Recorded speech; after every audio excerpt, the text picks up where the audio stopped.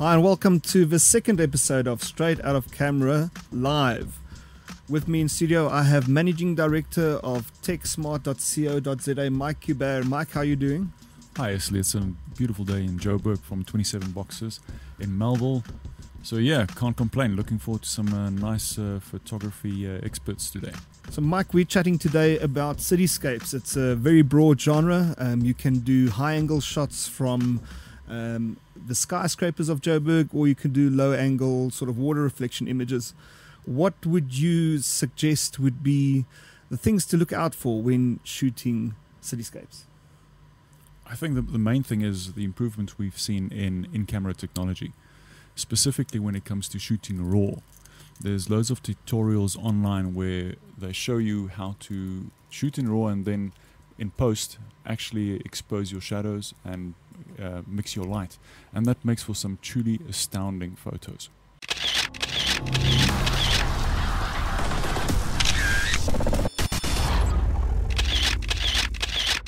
Okay, so this week we will be sharing Tim's tricks on action photography through our social media platforms. You can follow us on Instagram at SOOC_live, as well as on our Facebook page at SOOC live. This week we're chatting about cityscapes. It's a very interesting broad genre. I'm thinking of images of rooftops, long exposures, and then all those sort of below hip height shots of reflections on water. What is quite interesting in this genre for you, Mike? I think the big thing that in this genre is the improvement of the photography that we've seen the past few years due to the improvements in camera sensor technology. There's loads of tutorials online that shows people shooting in RAW and then just lifting the shadows and the light afterwards in post. And I think our guest Anton Bossman will be telling us a little bit about this later.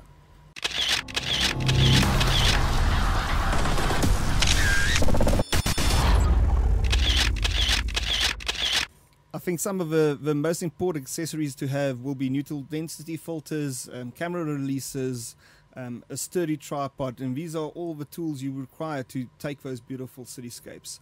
International photographers that you can recommend, Mike?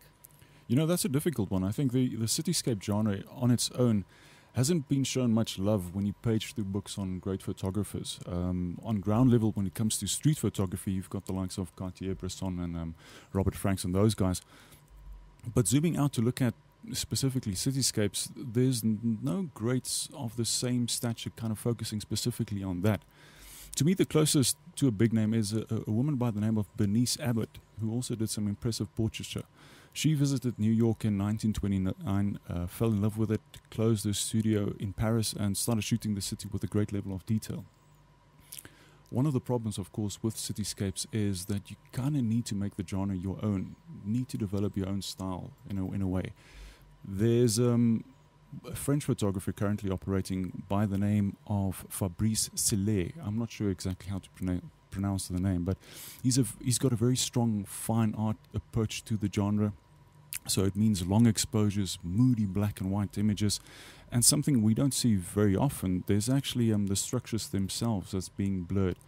If you view his photos, it's really inspirational. It kind of like pops in your brain, and all of a sudden you start thinking of different things you can do to your own photography. So all these examples will be on our social media channels. Have a look at them on Instagram at SOOC_live, as well as on our social media platform Facebook at our Facebook page SOOC live. You're listening to brandlive.co.za. Have you ever thought about the power of social media? Social media has the power to make your business grow. Grow! Yeah. Why don't you let us manage your social media? Because our business is to see your business grow. Visit us at www.bstownmedia.co.za.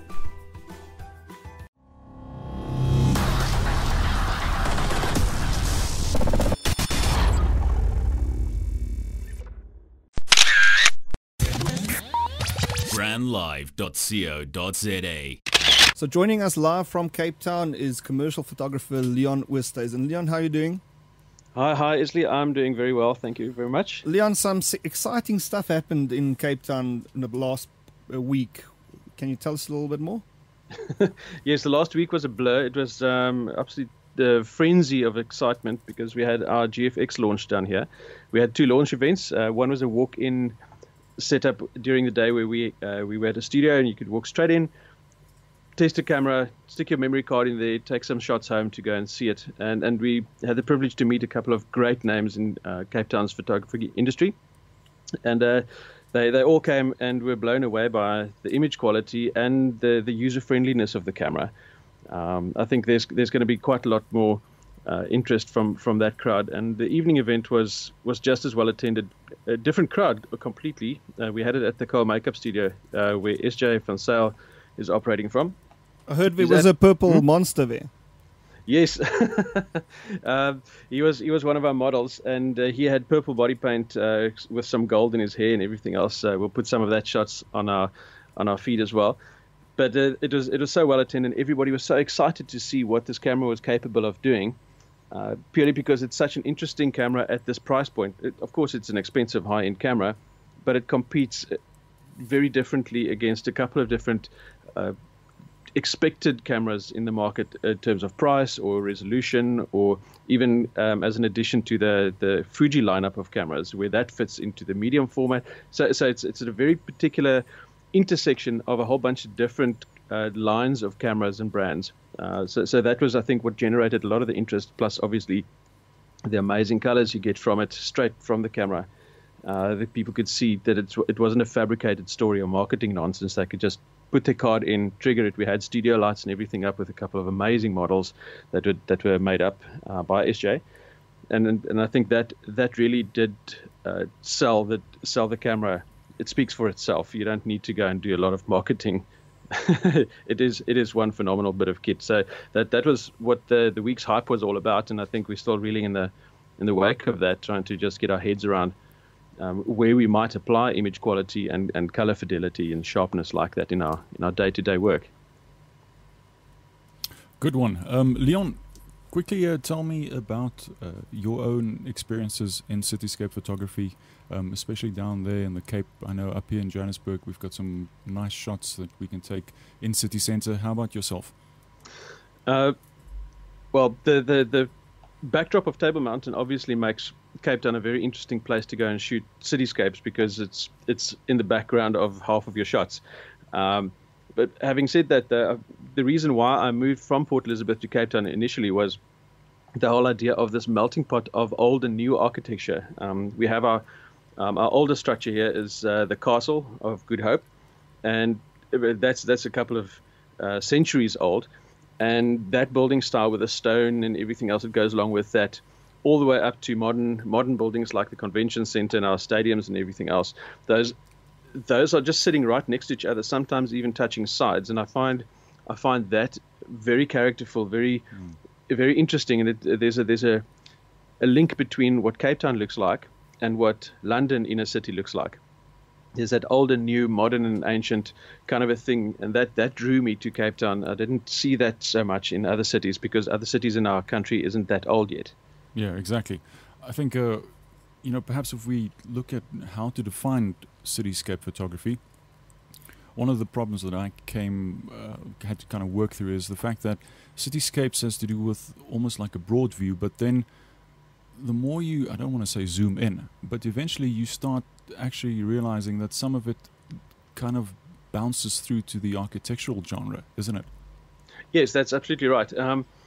You have to have a love for design and geometry and light and hard graphic images. Buildings very, very often fit into that far easier.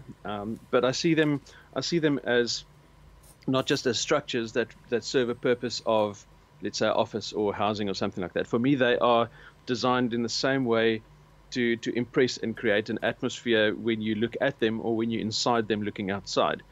Those kind of things are more personable, and I see the buildings as characters. They are people that sit in my city, and I have a chance to photograph portraits of them in different lighting conditions. So for me, that's my approach to it. So no 2 days are the same. So the mood of these characters keep changing. They just happen to be buildings. They really large sculptures, if you will. Do you think it benefits you to know a little bit about the history of the city?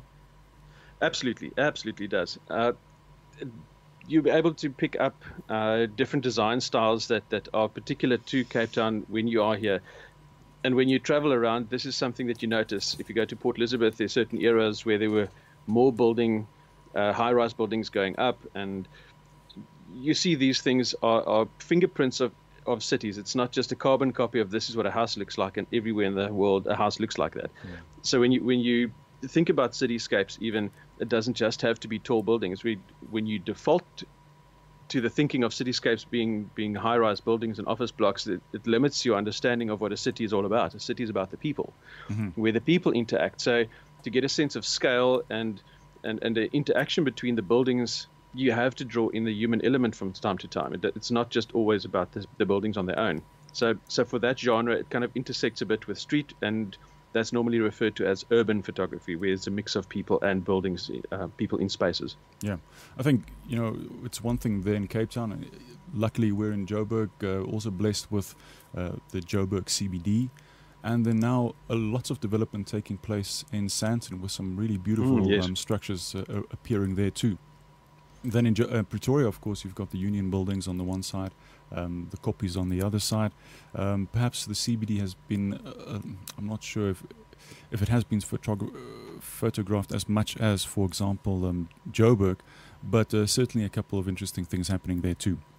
Absolutely, and when buildings come up, it's the birth of a new character. Again, referencing the way that I see these things coming to life. A few of my architectural clients often book me not to photograph the process of the build, but the creative aspects that they will eventually put into their portfolio.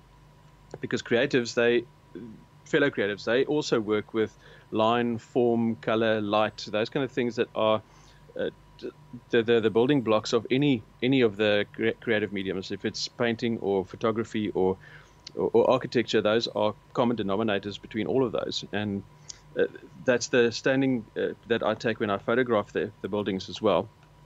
I want to find out what the character and the history of these structures are. If you know them, you are able to identify something about the history, maybe something of how it sits in the present and where it might go.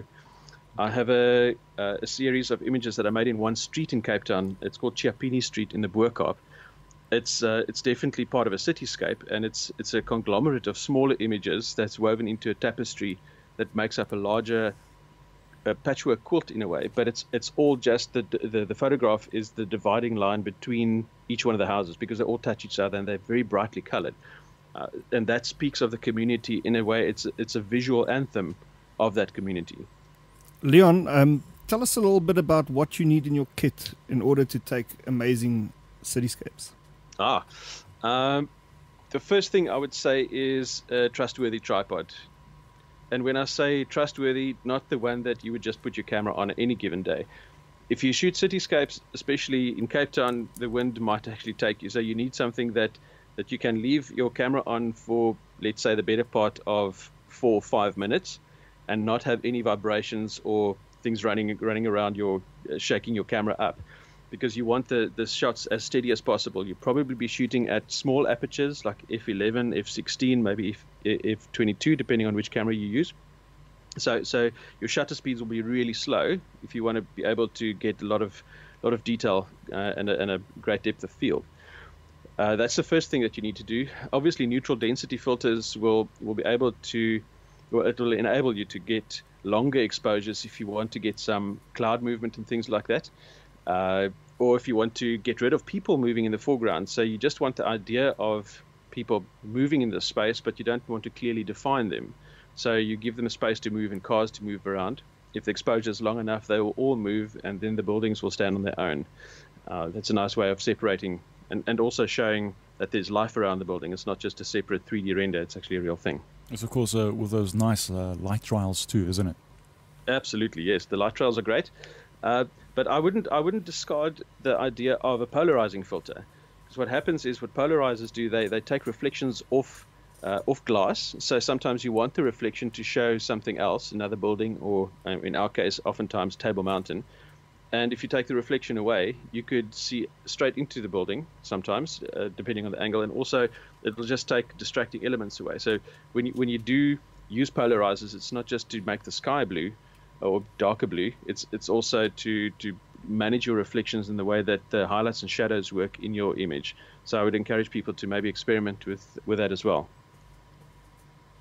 Good one. So tell us a little bit more about neutral density filters. For those of our listeners who don't know about them, a little bit of a description, please. Oh, okay. So neutral density filters, it looks like what we would otherwise put on our faces called sunglasses. They take light away. What the neutral part of the neutral density means is that it's not adding any color, or it's trying not to. But you can take certain amounts of color, light away, maybe 1, 2, or 3 stops. Those are typically ND2, 4, and 8. But you also have 10 and 11 stop neutral density filters, and those are really dark. If you look through them, you can actually look at the sun through them. They're close to pitch black, but they do let light through. Now, when you take that much light away, oftentimes what comes through is infrared light, and that means that you might have magenta shift in your color tint when you try and autocorrect. So maybe a tip, if you do shoot with 10 and 11 stop neutral density filters especially, is that you do a gray card picture so that you can go and correct your colors more accurately in post. I think it's a great tool for any photographer in South Africa to have a neutral density filter, because especially when shooting, for example, landscapes or even beautiful waterfalls in Mpumalanga or wherever. That's right. To have that nice flowing water effect, you pop on a neutral density filter and just push your speed up. Correct. Speed down, rather. There's one more type of neutral density filter that I'd like to mention, and that's the graduated neutral density. So it's clear at the bottom, and it gently fades into the darker gray. So that serves for a sky darkening effect if you have that, or if you have a really bright reflection in the foreground at the bottom, you could tone that down without having to do a double exposure or a bracketed sequence or something like that. Then you just have it all in one shot. Good one. Leon, yes. I hear you've got a little bit of a sneaky there in Cape Town. All those cityscapes being taken off Table Mountain. How difficult is it to get hold of them there? Well, there's a bit of a hot debate going on, because Table Mountain is part of South African National Parks, and the Table Mountain Park is a separate park on its own, and it requires licenses if you want to do commercial work and that kind of things. But I don't think all of it is settled too much. You can't really stop people photographing Table Mountain. There are people everywhere with cell phones and a whole bunch of other things. But if it's a commercial shoot and all that, you might be unpleasantly surprised by somebody stopping you and asking for a permit. I'm not exactly sure what the legalities about that is. It keeps changing from week to week. So maybe we need to put a link onto the Sandparks website just so that people can see what's going on there. Making a bold statement yet blending into the surrounding suburbs of Melville, 27 Boxes is a realization of edgy design and practical implementation. A radical departure from the shopping malls of our generation, yet not a return to the high streets of our youth. 27 Boxes showcases the best of a shopping centre set in a garden, surrounded by the bohemian suburb that is Melville. 27 Boxes, shop, play, eat.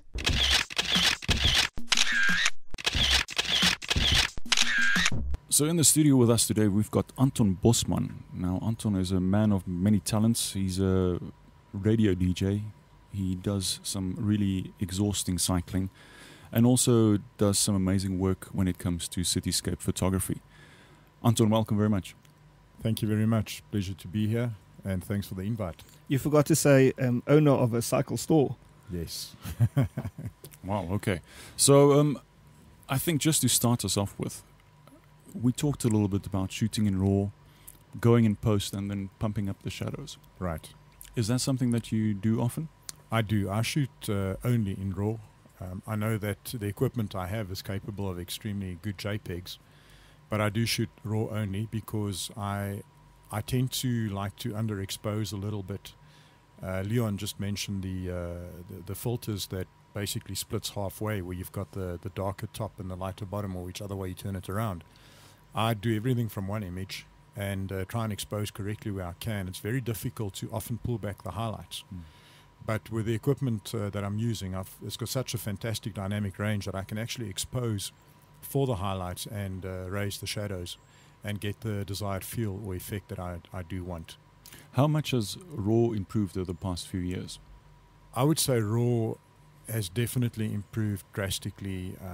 I'm not going to say that you're completely lost as a photographer if you don't use RAW.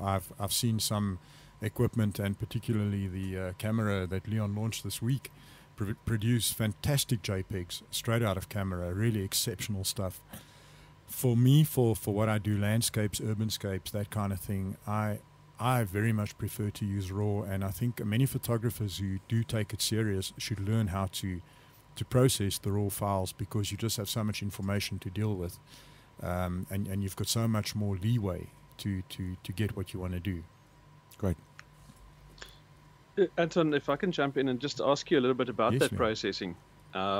When you shoot, maybe it's good to share how you position your camera to get the lines of the buildings nice and straight. How do you approach that?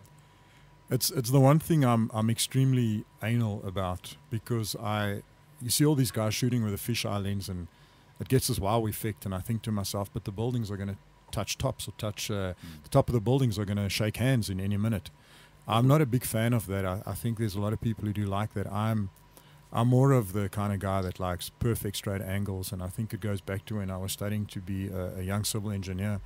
We studied a bit of architecture, and angles definitely was the key factor here, making sure that everything is straight. And I had been playing with fisheye lenses as well as tilt shift lenses over the years, and the tilt shift lenses were really an eye-opener in terms of if you tilt the lens, you are getting those straight angles. And I try and position myself and the composition of the image that I get everything in camera as straight as possible. There will be the odd occasion where you can't do that, and I'm shooting extremely wide with my 1024 lens as an example. I'm shooting quite wide, and you do get a bit of distortion on the sides, and that's when I go into Lightroom and I actually do a little bit of lens correction myself there, just to straighten out the angles. But when I do a shot like that, I will shoot with the idea or the intention of losing a little bit of the image on the sides, or at the bottom, or maybe at the top. Uh-huh. And in terms of positioning yourself and your camera, because tilt shift lenses are few and far between if ever you see them, how do you position yourself to get the best vantage point? Often it be from a rooftop.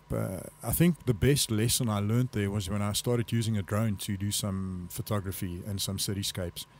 And you quickly figure out that you want to be high, you want to see everything, but you soon come to the realization that it's just too high. You need to be a bit lower, and you get some access to rooftops, and you realize that you've got that swooping view over the buildings. And when you lower down, as Lee was mentioning the reflections earlier, you low down. So what I tend to do is I would actually walk around for 10 to 15 minutes, maybe 20 minutes, and look through the viewfinder and see what looks good to me, and actually move the camera up and down with my head as I would with a tilt shift lens, and decide, okay, this is what I want. Then if it's a low angle, I'd go down to the gorilla pod, or if I can get my tripod low enough, and as I said, still trying to keep the angles of the buildings as they are. So basically what I do is I move my camera up and down as if I'm using a tilt shift, and decide this is where I want to position it, and that is when I decide on the composition that I want to compose with. Do you compose on almost like an artistic feel, or are there certain set ways that you believe is the correct way? There should be certain set ways. When I got into photography, I didn't understand the rule of thirds. And a lot of people would say, but it's such a hogwash thing to look at. You know, you shouldn't base what you're doing on the rule of thirds. I think it's a very, very fantastic and good way to start your photography, to basically understand where you should position a building or a tree if you're doing a minimalist type landscape with a tree in the building, a tree in the scene. Whatever you do, you need to understand those rule of thirds and kind of almost follow them. And once you've got that, you can break the rules. Yeah, for sure. And I think that is where the artistic side of it maybe comes in. So I really do try and do things very different to anyone else, because as I was saying to Esley earlier, we were chatting, having a cup of coffee, you tend to see a template of work you can have 20 photographers share something, and it becomes a template of one or the other. And I think our work needs to be distinguished. When people look at it, they should get to a point where they can eventually say, I know who this is, I know whose work that is. And so I definitely try and compose with a certain amount of feel. I'm looking at the city. I love cityscapes purely because I love being in a city and the vibe of the city. So when I do compose and when I do think of the end result, I keep the editing process in mind, what sort of colors I would like, what sort of effect I would like. And I definitely try and add a bit of an artistic flair to it that is just not a straight down the line, good architectural building. There's a bit of something involved as well, maybe like a bit of a 3D effect out of a 2D image. Anton, Yes, Leon. on that topic, your photographs of buildings are mostly done in the evening, where there's a bit of light in the sky and all that kind of stuff. Maybe talk us a little bit through how you manage your dynamic range and where do you start thinking about your exposure? Yes. The reason I do that, I'm a big fan of feel, and I think you get the best feel on any landscape image when you do a photograph in the magic hour, whether it being the morning or the evening. I do find in the Joburg area we get amazing sunsets. I know you guys in the Cape, they talk about how awesome your sunsets are, but we have that little bit of pollution. We get incredible cloudscapes that just works. And when you put all that together, you get this incredible, mind-blowing effect on your images. And I'm a big fan of clouds. I would hardly ever photograph in a stark, bright blue day because it just doesn't do anything for me trying to achieve that third dimension that I'm looking for in my photo. So I do believe that the clouds add to that third dimension. And the reason I like to photograph in that hour, if it's just before the sun sets, you're getting an extreme amount of daytime light. If it is when the sun has gone down, you're getting an extreme amount of night light. So you're basically composing a night shot. I like that moment in between, and often when I do photograph, I've got like a 45-minute window to take photos. And when I do go out with people, they often go, I've taken 200 photos, you've taken 10. How did you manage to do this? I believe in the rather quality over quantity, and I would rather take my time spending the moment waiting for that light to be just right, the shadows to fall just perfect, the sky to be darkened just enough but still give me that afterglow of the sun, and the city lights have just come on, and you get that just that melting pot of colors and a mix of combination of all the light and that moment of magic that happens in the city. That only happens, it's 45 minutes, and if you're in Joburg, you even get the birds flying through the city. It's the most unbelievable experience for 45 minutes of your life that you can have on a rooftop or anywhere in the city. Anton, just quickly, we've heard that you are a cyclist. I know that you did a challenge where you had to cycle over 1,000 kilometers. We know you're an owner of a cycle store. We've heard that you've studied engineering. Give us a little bit of background on who is Anton Bossman. I'm the kind of kid that loved art from when I was small. I won an art competition when I was in school in Durban, and I'd never been a great artist, but I won this competition, and it was quite a big competition back in those years, and it was called Perspective. It was a black and white image, and I had seen a picture of Ansel Adams somewhere, and I decided, I love this. I like this kind of thing. This is what I enjoy in life. I drew this picture. It was basically a country road running straight down into a flat perspective in the middle, and trees running all the down the side of it, almost like a forest. And I've always just, when I think of anything that I love and enjoy in life, I think of that, and I've always wanted to be an artist. So I went through school kind of lost, not knowing what I wanted to do. Did a lot of sport at school, got involved in triathlon when I left school, also had no idea what I wanted to do. I came up to Joburg. I was in Joburg. I came to Joburg, I think, in 1987 or 88. 88. I came here with 150 or 200 bucks in my back pocket, and that was it. And I had to kind of make do with what I wanted. I found myself a part-time job, and I got into the art and drama school.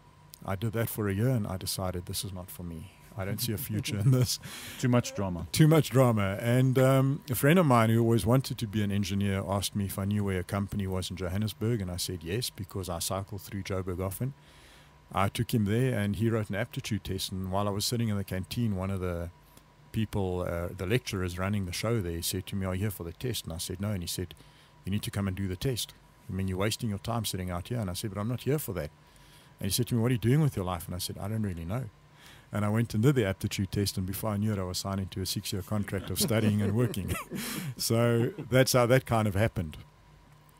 And many, many years later, I've always loved the arts, but I've never been able to artistically express myself, because the skill and the ability to be the type of artist that I appreciate, I don't have it. I don't have that talent.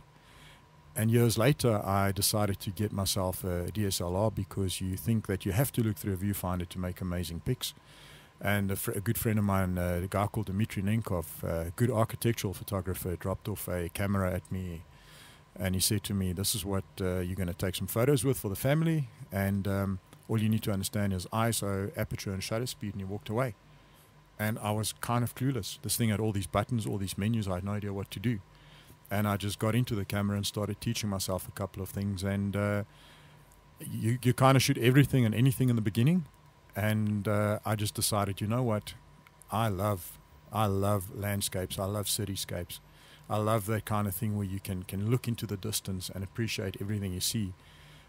Since I can't be the kind of artist I want to be with my hands and draw effectively, maybe I can bring this to camera and try and do this in camera. And you can actually see that when you look at your images on Instagram. And please share with us your Instagram handle. It's at Bossman, ANTBOSMAN. The images that you post there are it's incredible cityscapes, but it gives you that feeling of it actually telling you a story, and that's obviously from your thinking and walking around the area that you are going to take a picture of, and then actually just composing correctly. Correct. Yeah.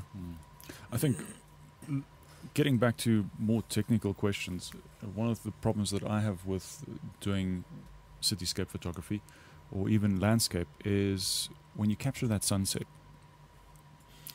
eventually you're going to find that the sun is going to be blown out. Yeah. How do you correct that? I wait for the right moment. So you can either take the photo and expose for the sun and get that moody silhouette type shot, or you could expose for the foreground, get the blown out highlights, as you say. I wait for that moment. I wait for that magical moment. So I don't shoot a huge amount. You'll get guys that'll shoot the whole day looking for that one shot that they want. A lot of it happens within that hour or 45 minutes. In summer, maybe a bit longer, maybe 2 hours you have. And just standing and waiting for the light. And I keep looking through the viewfinder, and I keep, just tapping that shutter button, looking at the exposure and seeing if I'm going to get what I want. So I try and achieve the correct exposure in camera from the word go, if I possibly can. At times I will make a blend of a bit of, let's call it HDR, or bracketing, as Leon said, where I'll take 3 images and then overlay them in Lightroom. But I think I've got about a handful of maybe 5-6 images like that I've done over the years. Okay, let's talk a little bit about HDR, because there has been a tendency for many photographers to kind of move to that direction. It gives you interesting colors, definitely. It helps with blown out proportions. Yes. But there's definitely a case where the HDR is there and then it gets too much. Absolutely. I think we all did that in the beginning. I did that, where you edit the photo, you do the HDR effect of it, or what you think is HDR, because you don't quite understand what it is. And it starts looking like a cartoon or a painting. And that's not really the idea.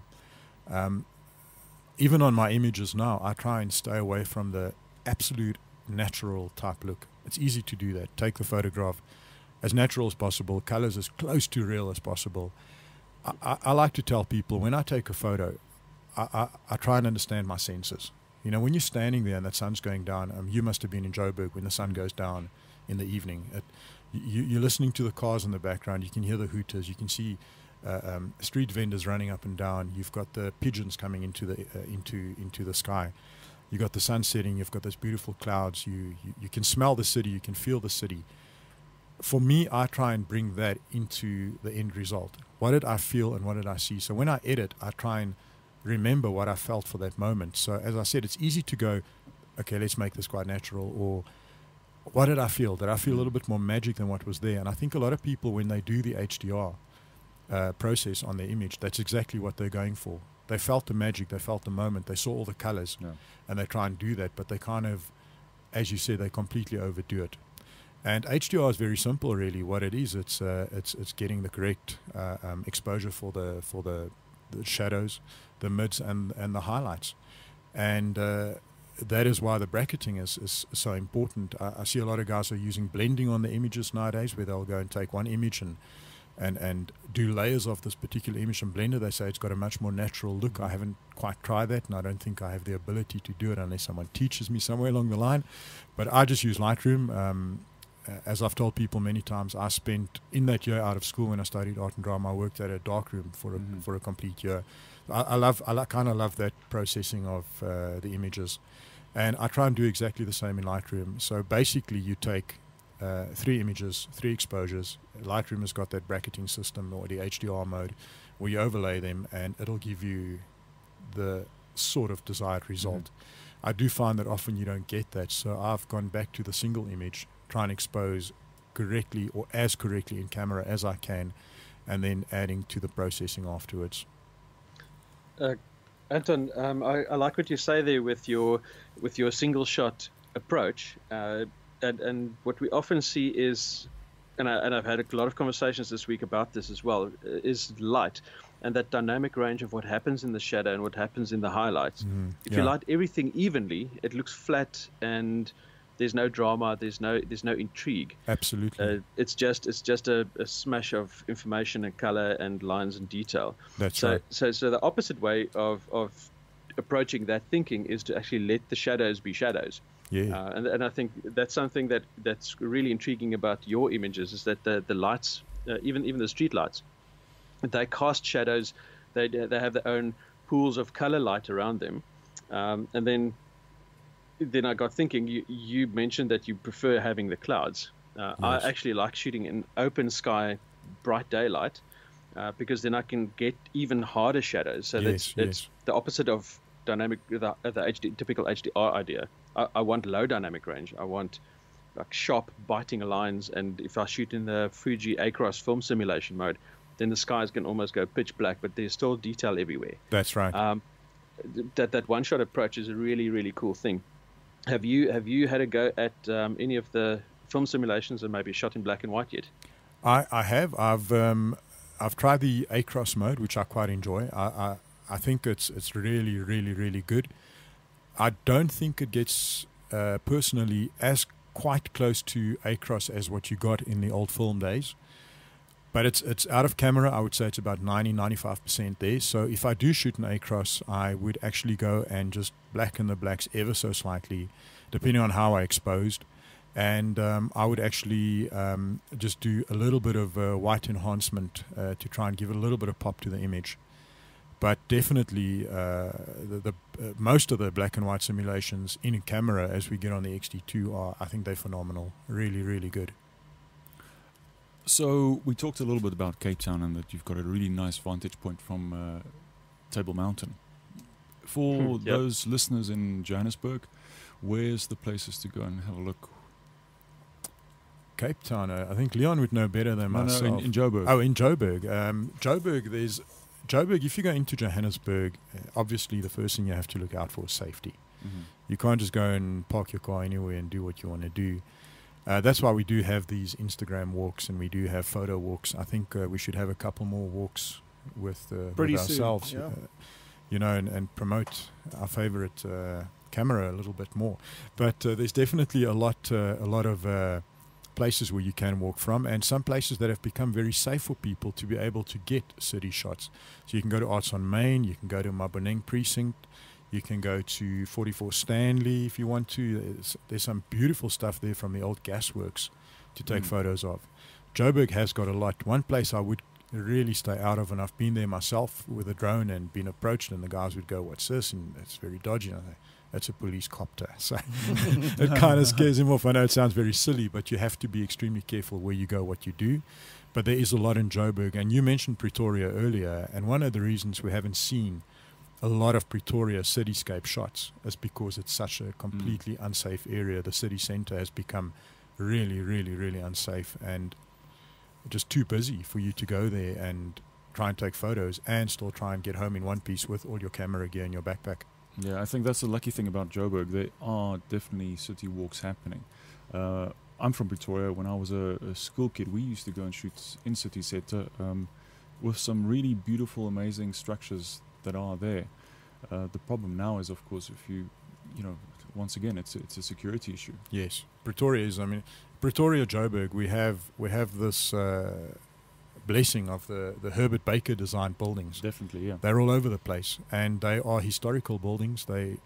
I don't think anyone, no matter what their plan is, future plans politically are to do whatever they can do, are going to have the rights to break those buildings down. They have to be maintained, they have to be looked after, and they are standing as basically historic icons in the history of South Africa, and they are just incredibly beautiful. There's a church in Boksburg, a stone church, a Herbert Baker design, where I've taken some pics of that. It's incredible.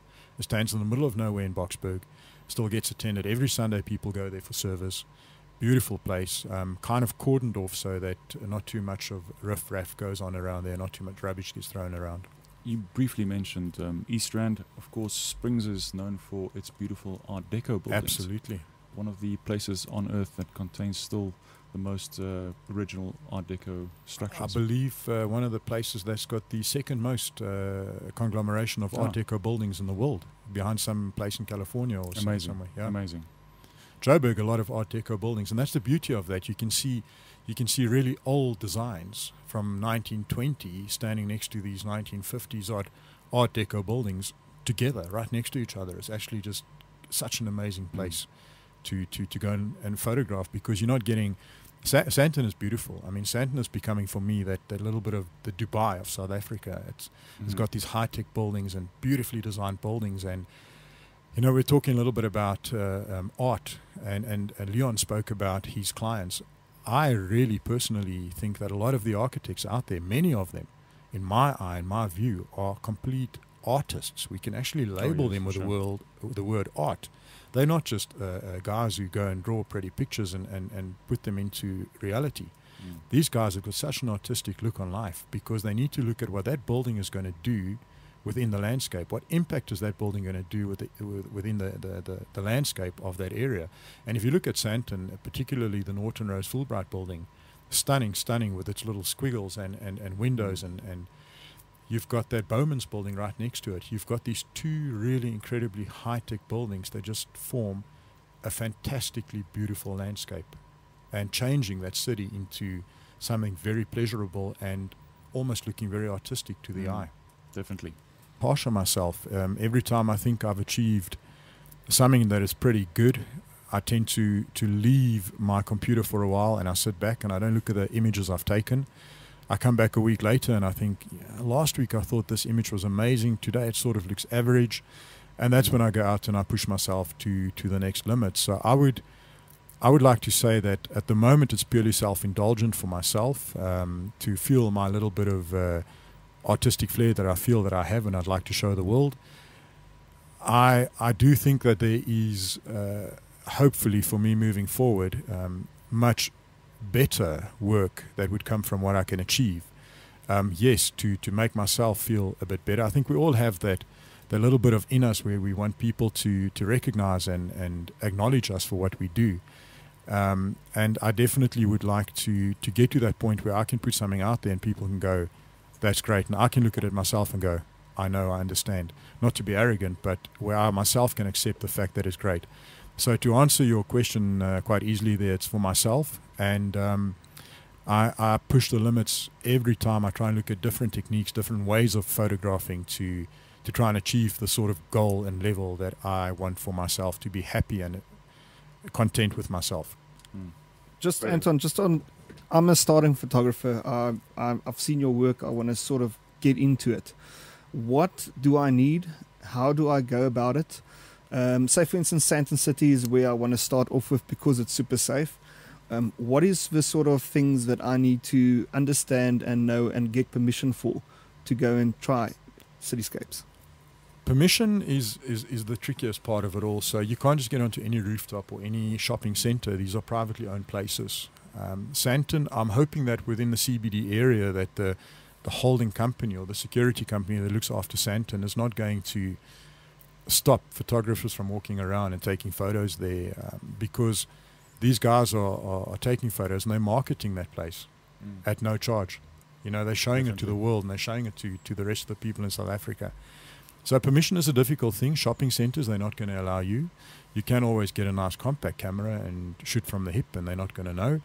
I've been to Monte Casino with my camera where I get chased away, and then I go back with my old X100 and you take photos and no one even flinches. So definitely equipment-wise, I would recommend that people not look at the biggest, most massive camera they can buy, because you are going to get noticed. People are going to see it straight away. And the minute you pack that kind of stuff out, you are going to look like a commercial photographer. So I always recommend people look at a nice Gorilla Pod. The SLR Gorilla Pod, SLR-based one, is actually nice and sturdy. You get a good ball head for that. You've got a very nice sturdy tripod to do low angle shots.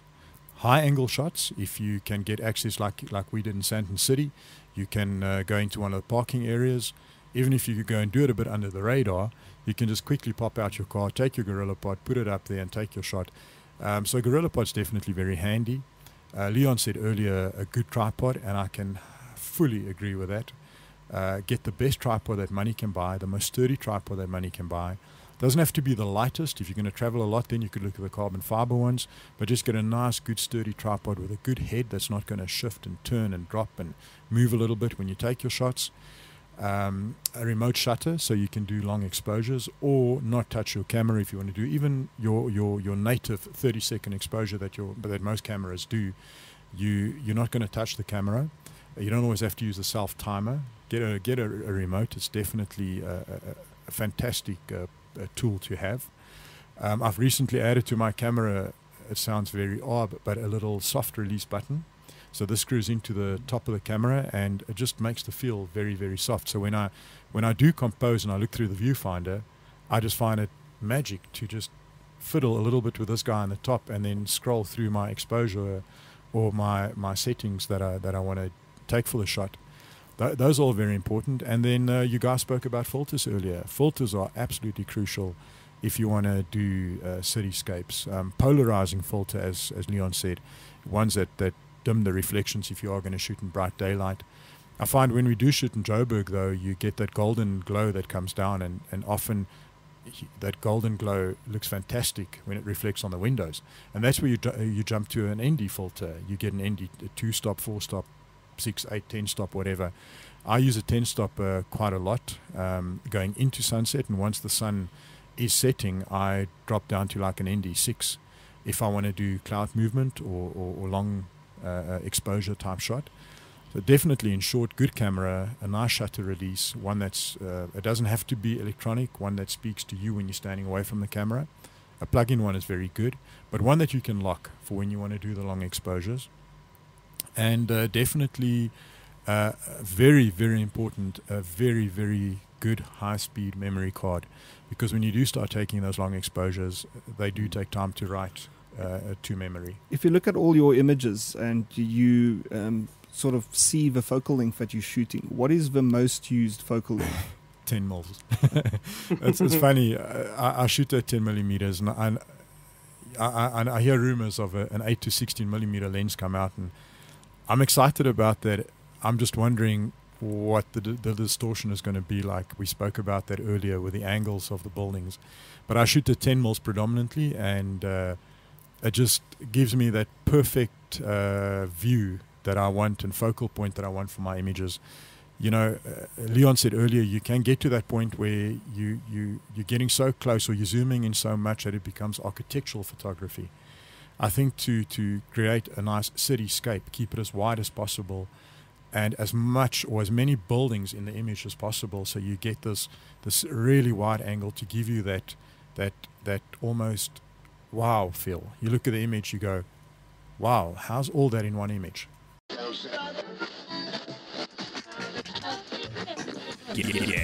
Guess who got brands talking? brandlive.co.za. If I could maybe also chime in on one or two other experiences I've had. The GFX in particular, I've found out has a 60-minute longest shutter natively without any without any cable release, and I find that's absolutely cool if you want to do such a long exposure. The working model. Yes. So that's something that I'd maybe put out there as a tip is know your gear, know where you need what, because you don't need to carry a lot of stuff. If you're going for a particular look, particular time of the day, and you, like you say, you have 45 minutes, it's not like you're going to schlep around with an entire production crew. This is a very different genre. Another thing also is to perhaps play a little bit with light. If you are close to any architectural or street details like lamps and trees and those kind of things, if you want to light them maybe separately, you can add a bit of dimension and drama to that, gel your lights if you want to get creative. I think that's maybe a cool way to take a different approach to just, instead of responding to what's in front of you, if you want to start adding and playing a little bit for those that feel confident and creative, that's a cool way to go about it. Thank you, Leon. That's it for episode 2 of Straight Out of Camera. Thank you, gentlemen. It was nice to chat to you. Leon, have a great weekend in Cape Town. Thank you very much. It's a long, slow one. Visit us on our social media channels again, at Instagram at SOC_live, as well as on our Facebook page at SOC Live. And we look forward to a new genre being discussed next week. Thank you. Thank you. Thank you.